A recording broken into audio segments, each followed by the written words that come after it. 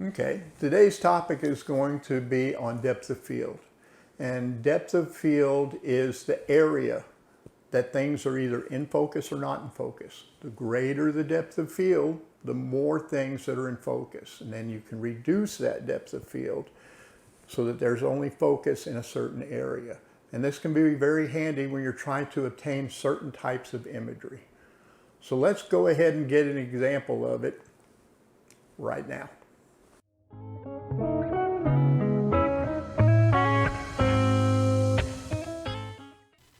So let's get into some examples of depth of field. Once again, depth of field is the distance or the area that your camera is going to use to focus in on. If you use the automatic setting on your camera is going to default to an f-stop or a distance that it can focus as many things as possible. That's the default on the automatic function. But there are times where you don't really want everything in focus. If you're shooting a video and you're in a diner and there's two people at the table, but you still want to capture everything that's going around those two people, you want to have an f-stop that's in the higher range or a wider focusing area to capture everything that's going on around them. At the same time, you may zoom in and just are looking at the individuals themselves, and you don't necessarily need all that busyness that's in the background. And you lower your f-stop. You go around a 2.8 so that just that focusing plane is what you're trying to capture, and you don't really care about the background. In this photograph, as an example, we have the flower. That's the highlight of the image, and we don't really care about the background so much. So if you look up here in the upper right-hand corner of this photograph, it shows all the features that were used to capture this photograph. And if you notice the f-stops, it's at f2.8. So that focusing plane was very narrow, and anything from that focusing point in the back or even the front has less focus to it, so it looks blurry. That's what's known as bokeh. So that at certain times, you want certain things to stand out in your image, you can use this bokeh. You can fuzz the background so that another part of the imagery stands out. Let's go to an example of where we don't really want anything in the background blurry. So here's an example of a photograph where we're using an ISO 200. It was a little bit of a cloudy day, so we wanted to raise the light levels a little bit, but we're at an f5.6. The depth of field now has become very, very deep, so that even though this shot was taken on an angle, we're relatively focused here in the front area and way, way back here. It's also still in focus because we don't want fuzziness in the image. Now, the depth of field can be accomplished a bunch of different ways, and we're going to discuss that more once we get out of these examples. But let's give one more example of depth of field and show how the situation can be manipulated other ways than the f-stops, the aperture of the lens. Here's an example of a mariachi who's playing, and if you notice, the background is blurry, and I burned in the color to accentuate the mariachi player.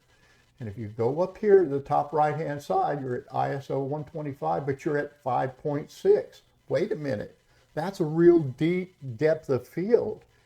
How come the back is bokeh? How come the back is blurry? Well, the aperture is not the only way to create this. You can also do it with the focal length of the camera lens. So this was taken with a telephoto lens and then zoomed in, which also created your bokeh in the background. I would love to say that you just use the aperture of the lens and that's the only way that you're going to create your bokeh or your depth of field. That's not exactly true. So let's get back with it. Once again, this is one of those topics where I wish I could tell you that this is exactly what you do to get these results 100% of the time. Once again, this is like an 80-20. If you want to create clarity or even the bokeh the fuzziness to a background in an image, you can use the aperture on your camera lens to accomplish this. The smaller the number, like the 2.8, the more bokeh you're going to have, or the more fuzziness in the photograph. Now, as you go up on those f-stops or the aperture, and you start getting around the 5 or 8 or 10 range, you're going to get more clarity in your image.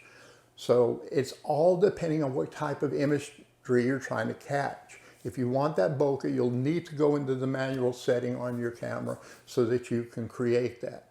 Once again, I would love to say that that is all that's affecting your imagery, but it's not. Even when you're going to these f-stops, if you're on a mountain and you're looking down and there's an area right below you off of the mountain where there's a cropping coming out and there's people on it, and then there's trees that go down to a river, and then from the river there's trees on the other side. I mean, you've got this huge area that you want to catch in this photograph. Your camera will only catch things on one plane. When you go to a greater f-stops and you increase the area that it's trying to take things and make them focus, it's really not. It's a two-dimensional plane that is created by your camera that catches the imagery. Now, there are situations where people need things clear at every single layer of the plane. So if it's a situation where there's things not moving, the wind's not blowing, things are very still, like in product photography. If you take a diamond ring and place it and focus very closely on the exterior facet of that ring and take the picture, that little area, that single plane, is going to be in focus, and the rest of it is not. It's going to lose detail, even if you're using a depth of field that goes past that plane. It's not exactly clear. It's just close. So in situations like that, especially in product photography, what they do is they call stacking.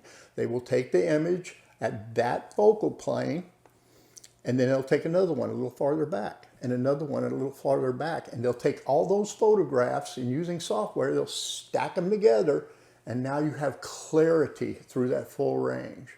So this is just something you have to understand. When you're taking that image out in an area where you're trying to capture everything, a lot of it will be, for all general purposes, relatively focused. But you do lose the detail. If you go into crop on the image at something in a very far part of that, and that wasn't your focal point was the river in that example, the things, or the mountain on the far side is going to be a little out of focus, and the little precipice that was closer in is going to be a little out of focus. That plane, that area that you focused in on, is truly the only thing that's in focus. Once again, I wish I could have told you that this is exactly how it works and there's no variations to it. But once again, this is a situation where your depth of field can be used to create wonderful imagery, whether you want the bokeh or you want the clarity. You just have to understand how it all works. Thanks for coming by. Don't forget, subscribe, like, or share these videos. It helps me out considerably. And enjoy the rest of your day. I hope you have a great day. Thanks for coming.